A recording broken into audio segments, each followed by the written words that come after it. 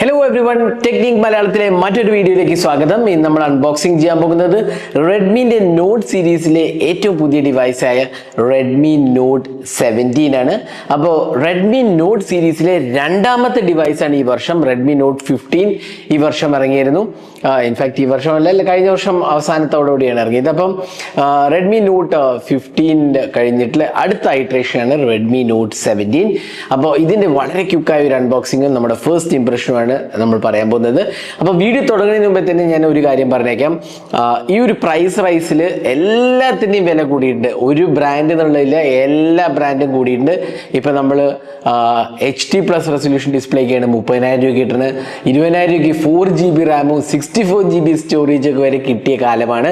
അപ്പോൾ അത് വെച്ചിട്ട് വേണം ഈ ഒരു ഡിവൈസ് അല്ലെങ്കിൽ ഇനി ഇറങ്ങുന്ന ഏതൊരു ഡിവൈസും അനലൈസ് ചെയ്യാൻ. അപ്പോൾ അത് പറയാൻ കാരണം എന്ന് വെച്ചാൽ എല്ലാവരും പറയും, ആദ്യം തന്നെ എല്ലാവർക്കും ഈ സിറ്റുവേഷൻ അറിയാത്തവർക്കൊക്കെ തന്നെ ഇതൊരു എന്താ പറയുക, ഡൗൺ ഗ്രേഡ് ആണ് അല്ലെങ്കിൽ അപ്ഗ്രേഡ് ആണോ അല്ലെങ്കിൽ എന്താണെന്നുള്ള അറിയില്ലെങ്കിൽ ഇതാണ് ഇതിൻ്റെ ഒരു ബെഞ്ച് മാർക്ക്. ഇപ്പോഴത്തെ പ്രൈസ് സെഗ്മെൻറ്റ്, പ്രൈസ് റേഞ്ച് എന്ന് പറഞ്ഞാൽ പണ്ടത്തെ ഒരു 15,000 പ്രൈസ് റേഞ്ചൊക്കെ ഇപ്പോൾ 25,000 30,000 രൂപ ആയിട്ടുണ്ട് എന്നുള്ളതാണ്. അപ്പോൾ അതൊക്കെ മാറ്റി നിർത്താം. അതിനെക്കുറിച്ചാണ് ഞാൻ വിശദമായ വീഡിയോ ചെയ്തിട്ട് കാണാൻ മറക്കരുത്. അപ്പോൾ റെഡ്മി നോട്ട് 17 നമുക്ക് പെട്ടെന്ന് തന്നെ ഒരു അൺബോക്സ് ചെയ്യാം. അൺബോക്സ് ചെയ്തിട്ട് നമുക്ക് ഡീറ്റെയിൽസിലേക്ക് കിടക്കാം. അപ്പോൾ ഇതാണ് box package. Redmi not 17 5G എഴുതണം, പവർഡ് ബൈ ഷവമി HyperOS. ബോക്സിൻ്റെ ബാക്കിൽ ഹൈലൈറ്റിംഗ് ആസ്പെക്ട് എഴുതിയിട്ടുണ്ട്. 8000 mAh battery, 45 watt charging, AMOLED display, 120 Hz, 50 megapixel dual AI camera, അതേപോലെ Snapdragon 4 Gen 4, IP65 in display fingerprint scanner, Corning Gorilla glass 7i, HyperOS എഴുതിയാണ്. Hi-res audio support ഉണ്ട്. 8 128GB variant ആണ്, അതേപോലെ 6 128GB വേരിയൻറ്റും കൂടെ available ആണ്. നമുക്ക് കിട്ടിയിരിക്കുന്ന കളറിൻ്റെ പേര് ആർട്ടിക് ബ്ലൂ എന്ന് പറഞ്ഞ കളറാണ്. പെട്ടെന്ന് തന്നെ ബോക്സ് തുറക്കാം. ബോക്സ് തുറക്കുമ്പോൾ അതിൻ്റെ റെഡ്മീൻ്റെ ബോക്സാണ്. പിന്നെ അതൊരു സിം ഇജക്റ്റ് പിന്നെ കാണാം. പിന്നെ നമുക്ക് മാനുവൽ ആൻഡ് വാറൻറ്റി ഇൻഫർമേഷനും ഒരു TPU കേസുമാണ് വരുന്നത്. കണ്ടില്ലേ, ഒരു സ്റ്റാൻഡേർഡ് TPU കേസാണ്, നല്ലൊരു ക്വാളിറ്റി TPU കേസാണ്. അതേപോലെ മാനുവൽ ഇൻഫർമേഷനാണ് വരുന്നത്. പിന്നെ നമുക്ക് കിട്ടുന്നത് ഡിവൈസാണ്. ഡിവൈസ് ഒന്ന് മാറ്റി വയ്ക്കാം. അതുകൂടാണ്ട് തന്നെ നമുക്ക് കിട്ടുന്ന ഒരു 45 വാട്ടിൻ്റെ അഡാപ്റ്ററാണ്. ഇതുണ്ടല്ലേ, 45 വാട്ട് അഡാപ്റ്ററും ഒരു USB Type-C ചാർജിങ് കേബിളുമാണ് കൊടുത്തിട്ടുള്ളത്. അപ്പോൾ ഇത്രയാണ് ബോക്സിനകത്ത് വരുന്നത്. ഇനി നമുക്ക് ഇതൊന്ന് മാറ്റി വെച്ച് ഇത് ഫോണൊന്ന് ബൂട്ട് ചെയ്യാം. അപ്പോൾ ഇതാണ് റെഡ്മി നോട്ട് 17. അപ്പോൾ ഡിസൈൻ ലാംഗ്വേജ് എനിക്ക് നല്ല ഇഷ്ടപ്പെട്ടു. നല്ലൊരു സ്മൂത്ത് ഫിനിഷാണ്. പ്ലാസ്റ്റിക് മെറ്റീരിയലാണ്, എന്നാൽ നല്ലൊരു സ്മൂത്ത് ഫിനിഷാണ്. ഈ ക്യാമറ ഡെക്കോർ നല്ല രീതിയിൽ വന്നിട്ടുണ്ട്. ഒരു ഡ്യുവൽ ക്യാമറ ഹൗസിങ്, ഒന്നിൽ LED ലൈറ്റാണ്. പിന്നെ ഇവിടെ 50 മെഗാപിക്സൽ എഴുതി കാണാം. നല്ലൊരു മാറ്റ് ഫിനിഷാണ്. മാറ്റ് അല്ല, കുറച്ചുകൂടി സ്മൂത്ത് ഫിനിഷാണ് ആക്ച്വലി. പിന്നെ നമുക്കിവിടെ IR ബ്ലാസ്റ്റർ ഉണ്ട്, പവർ ആൻഡ് വോളിയം കീസ് കാണാം. താഴത്ത് USB Type-C port, SIM tray, അതേപോലെ തന്നെ നമുക്ക് സ്പീക്കർ യൂണിറ്റ് കാണാം. അപ്പോൾ ഓവറോൾ ഡിസൈൻ ലാംഗ്വേജ് നല്ലതാണ്. ഇൻ ഹാൻഡ് എക്സ്പീരിയൻസ് നല്ലതാണ്. ഇതൊരു 6.9 ഇഞ്ചസ് ലാർജ് ഡിസ്പ്ലേ ആണ്. എന്നാൽ പോലും ഇത് ഒരു അത്ര വലിയ ലാർജ് ഡിവൈസ് ആണെന്ന് തോന്നുന്നില്ല. കാരണം നല്ലൊരു ഇൻ ഹാൻഡ് എക്സ്പീരിയൻസ് ഉണ്ട്. എഗെയിൻ ഇതൊരു കോമ്പാക്ട് ഫോം ഫാക്ടർ അല്ല, ഡെഫിനറ്റ്ലി ലാർജ് ഡിവൈസാണ്. അപ്പോൾ നോട്ട് എന്ന് പറഞ്ഞാൽ ആ ഒരു ആസ്പെക്റ്റിൽ തന്നെയാണ് ഇത് വന്നിരിക്കുന്നത്. ലാർജർ ഡിസ്പ്ലേ ആണ്, 6.9 ഇഞ്ചസ് ഡിസ്പ്ലേ ആണ്. ഫ്രണ്ട് പാനൽ എടുത്ത് നോക്കിയാൽ ഇവിടെ നമുക്ക് ബെസൽസ് കാണാം. അത്യാവശ്യം മിനിമൽ ബെസൽസ് ആണ്. താഴത്തെ ബെസൽസ് കുറച്ചധികം ഉണ്ട്, എന്നാലും കുഴപ്പമില്ല. AMOLED ഡിസ്പ്ലേ എന്നുള്ളതാണ് ഇതിൻ്റെ ഒരു പ്രത്യേകത. അപ്പോൾ ഓവറോൾ ഡിസൈൻ ലാംഗ്വേജ് നല്ലതാണ്. നല്ലൊരു എക്സ്പീരിയൻസ് ആണ് ഇതിനകത്ത് കൊടുത്തിട്ടുള്ളത്. അപ്പോൾ ഓവറോൾ എനിക്ക് ഇഷ്ടപ്പെട്ടു. ഡിസൈൻ ലാർജ് ഡിസ്പ്ലേ ആണെന്നുള്ളതാണ് ഒരു ഹൈലൈറ്റിംഗ് ആസ്പെക്ട്. അതേപോലെ തന്നെ ചിലവർക്ക് അത് അത്ര ഇഷ്ടപ്പെട്ടോളുന്നില്ല. ബിഗർ ഡിവൈസ് ആകുമ്പോൾ അത് എല്ലാവർക്കും ഇഷ്ടപ്പെട്ടോളുന്നില്ല. ഇനി ഡിസ്പ്ലേൻ്റെ കാര്യം പറയുമ്പോൾ 120 Hz AMOLED ഡിസ്പ്ലേ ആണ്. അതേപോലെ തന്നെ നല്ലൊരു ബ്രൈറ്റ്നസ് ലെവൽസും നല്ല ടച്ച് റെസ്പോൺസുമാണ് വരുന്നത്. നല്ല ക്ലാരിറ്റി ഉണ്ട് ഡിസ്പ്ലേക്ക്, അതാണ് ഇതിൻ്റെ ഒരു പ്രത്യേകത. നല്ല കളേഴ്സും റിച്ചർ ടോൺസും വരുന്നത്. വളരെ സ്മൂത്തായിട്ട് എനിക്ക് തോന്നി. നല്ലൊരു സ്മൂത്ത് എക്സ്പീരിയൻസ് ആണ് കൊടുത്തിട്ടുള്ളത്.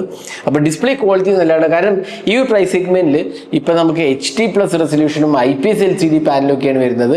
അപ്പോൾ അതൊക്കെ വെച്ച് നോക്കുമ്പോൾ AMOLED ഡിസ്പ്ലേ, അതും 120 Hz, നല്ല ബ്രൈറ്റ് വിവിഡ് ഡിസ്പ്ലേയും നല്ല കളേഴ്സൊക്കെ ആയിട്ട് വരുമ്പോൾ ഡെഫിനറ്റ്ലി നല്ലൊരു ക്വാളിറ്റി നമുക്ക് ഇവിടെ കാണുന്നുണ്ട്. അപ്പോൾ ഡിസ്പ്ലേൻ്റെ കാര്യത്തിൽ ഒരു പരാതിയും പറയില്ല. കോർണിംഗ് ഗോറില്ല ഗ്ലാസ് 7i സപ്പോർട്ടും ഇതിനകത്ത് ഇൻക്ലൂഡഡ് ആണ്. ഇനി അടുത്ത് നമുക്ക് ഇതിൻ്റെ സോഫ്റ്റ്വെയറിലേക്ക് പോകാം. സോഫ്റ്റ്വെയറിൻ്റെ കാര്യം പറയുമ്പോൾ HyperOS ആണ് വരുന്നത്. HyperOS എന്ന് നമുക്ക് ജസ്റ്റ് ഒന്ന് എടുത്ത് കാണിച്ചു തരാം. അബൌട്ട് ഡിവൈസ് HyperOS 3 ആണ് വരുന്നത്. Android 16 out of the box ആണ് വരുന്നത്.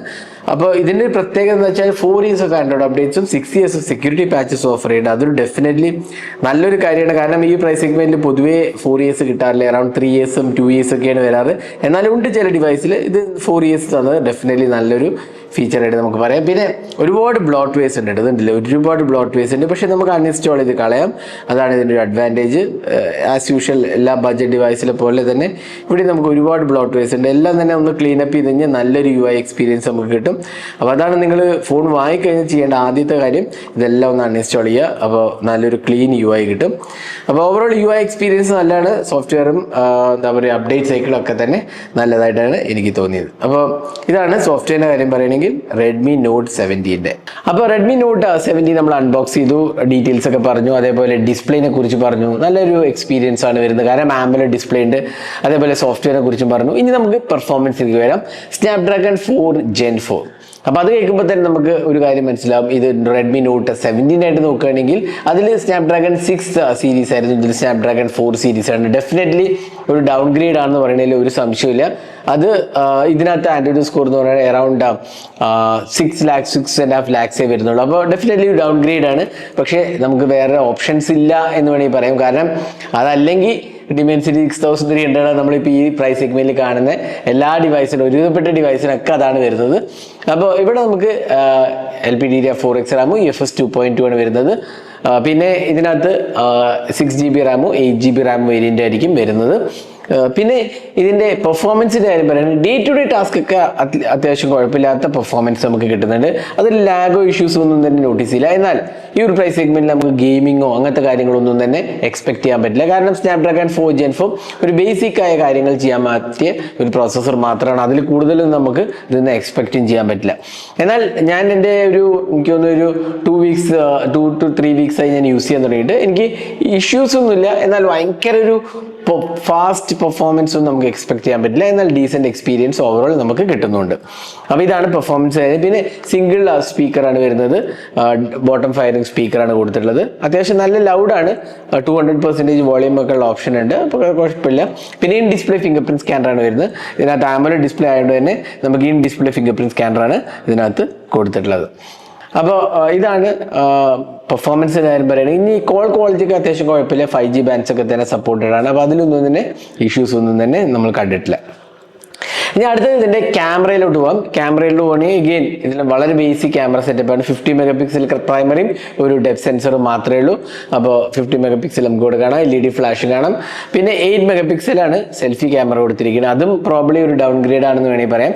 ഇനി ക്യാമറ മറ്റൊരു പോരായ്മ എന്താ വെച്ചാൽ 4K റെക്കോർഡിംഗ് ഇല്ല, അതും 1080p റെസൊല്യൂഷൻ മാത്രമേ ഉള്ളൂ. അതിലും 1080p 60 FPS ഇല്ല എന്നുള്ളത് ഭയങ്കര ഒരു പ്രോബ്ലം. എനിക്ക് തോന്നുന്ന ഒരു നിരാശ തോന്നിക്കുന്ന ഒരു കാര്യമാണ്. കാരണം ഇത്രയും ഒരു പ്രൈസ് സെഗ്മെന്റിൽ ഇപ്പോൾ നമുക്ക് വെറും 1080p 30 FPS സപ്പോർട്ടുള്ളൂ. അതും OIS അവൈലബിൾ അല്ല എന്ന് എനിക്ക് തോന്നുന്നു, OIS ഇല്ല.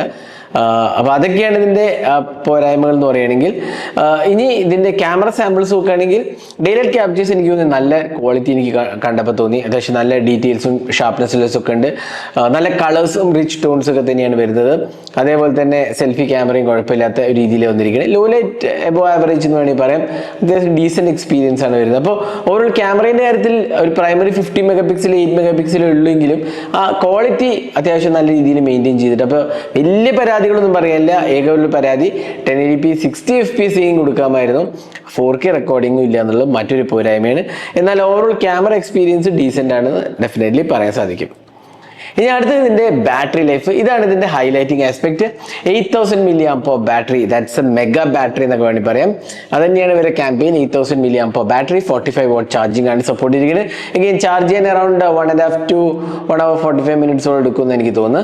പിന്നെ ബാറ്ററി കപ്പാസിറ്റി 8000 ആയതുകൊണ്ട് തന്നെ സ്റ്റെല്ലാർ ബാറ്ററി ലൈഫ്, അടിപൊളി ബാറ്ററി ലൈഫാണ് ഇതിനകത്ത് കിട്ടുന്നത്. നമുക്ക് 2 ദിവസമൊക്കെ ഈസിലി ലാസ്റ്റ് ചെയ്യും. കാരണം ഇതൊരു അത്ര ഒരു പവർഫുൾ ഡിവൈസ് ഒന്നും ഇല്ലാത്തതുകൊണ്ട് ബാറ്ററി കൺസപ്ഷനും വളരെ മിനിമലാണ്. അതുകൊണ്ട് തന്നെ നമുക്ക് നല്ല രീതിയിൽ ബാറ്ററി ലൈഫും കിട്ടുന്നുള്ളതിൽ ഒരു സംശയമില്ല. അപ്പോൾ ഇതായിരുന്നു ബാറ്ററിൻ്റെ കാര്യം പറയുന്നത്. നല്ല ഒരു എക്സ്പീരിയൻസ് ആണ് ഓവറോൾ കിട്ടുന്നത്. അപ്പോൾ ഇതാണ് നമ്മുടെ റെഡ്മി നോട്ട് 17ന്റെ അൺബോക്സിങ്ങും നമ്മുടെ ഫസ്റ്റ് ഇംപ്രഷനും. ഓവറോൾ എനിക്ക് തോന്നുന്നു കുഴപ്പമില്ലാത്തൊരു പാക്കേജ് ആണെന്ന് വേണമെങ്കിൽ പറയാം. കാരണം ഈ ഒരു പ്രൈസ് സെഗ്മെന്റിൽ ഇപ്പം നമുക്ക് HD+ ഡിസ്പ്ലേ ആണ് വരുന്നത്. അതേപോലെ തന്നെ 4GB റാമോ 64GB സ്റ്റോറേജ് ഒക്കെ വരുമ്പോൾ നമുക്കൊരു ഫുൾ HD AMOLED ഡിസ്പ്ലേ കിട്ടുന്നുണ്ട്. അത്യാവശ്യം നല്ല ഡിസൈൻ ആൻഡ് ബിൽഡ് ക്വാളിറ്റിയാണ്, ലാർജ് കപ്പാസിറ്റി ബാറ്ററി ഉണ്ട്, അതേപോലെ 4 വർഷത്തെ ആൻഡ്രോയിഡ് അപ്ഡേറ്റ്സും 6 years ഓഫ് സെക്യൂരിറ്റി പാച്ചസും കിട്ടുന്നുണ്ട്. ഇതൊക്കെയാണ് ഇതിന്റെ സ്ട്രോങ് പോയിന്റ്സ്. ഇനി ഇതിന്റെ ഡൗൺ സൈഡ്സ് എന്ന് വെച്ചാൽ സ്നാപ്ഡ്രാഗൺ 4 Gen 4 ഒരു ഡൗൺഗ്രേഡ് ആണ്. അതാണ് എനിക്ക് തോന്നിയ ഒരു ഇഷ്യൂ. രണ്ടാമത്തത് ഇതിനകത്ത് 4K റെക്കോർഡിംഗ് ഇല്ല എന്നുള്ളതാണ്. അതേപോലെ തന്നെ ഒപ്റ്റിക്കൽ ഇമേജ് സ്റ്റെബിലൈസേഷനും ഇല്ല. അതുകൂടാണ്ട് തന്നെ 1080p 60 FPS കൊടുക്കാമായിരുന്നു എന്നാണ് എനിക്ക് തോന്നുന്നത്. പിന്നെ ബ്ലോട്ട്വെയർസ് ഒരുപാടുണ്ട്, അതാണ് മറ്റൊരു കാര്യം. പക്ഷെ അത് അൺഇൻസ്റ്റാൾ ചെയ്ത് നമുക്ക് കളയാവുന്നതാണ്. അപ്പോൾ ഇതായിരുന്നു എൻ്റെ ഒരു ഫസ്റ്റ് ഇംപ്രഷൻ റെഡ്മി നോട്ട് 17. അപ്പോൾ ഇതിന്റെ വില നമുക്കറിയില്ല, അറൗണ്ട് 25,000 to 30,000 റുപ്പീസിൻ്റെ ഉള്ളിലായിരിക്കും നിൽക്കണമെന്ന് എനിക്ക് തോന്നുന്നത്. അപ്പോൾ ഈ ഡിവൈസിനെ കുറിച്ച് നിങ്ങളുടെ അഭിപ്രായങ്ങൾ കമന്റ് സെക്ഷനിൽ പോസ്റ്റ് ചെയ്യുക. ഇതേപോലത്തെ കൂടുതൽ ടെക് വീഡിയോസിനും അൺബോക്സിങ്ങിനുമായിട്ട് നമ്മുടെ ചാനൽ ഫോളോ ചെയ്യാൻ മറക്കരുത്. അതേപോലെ തന്നെ ഈ വീഡിയോ ഷെയർ ചെയ്യാനും മറക്കരുത്. അപ്പോൾ thanks for watching. Hope to see you in our next video. Have a great day.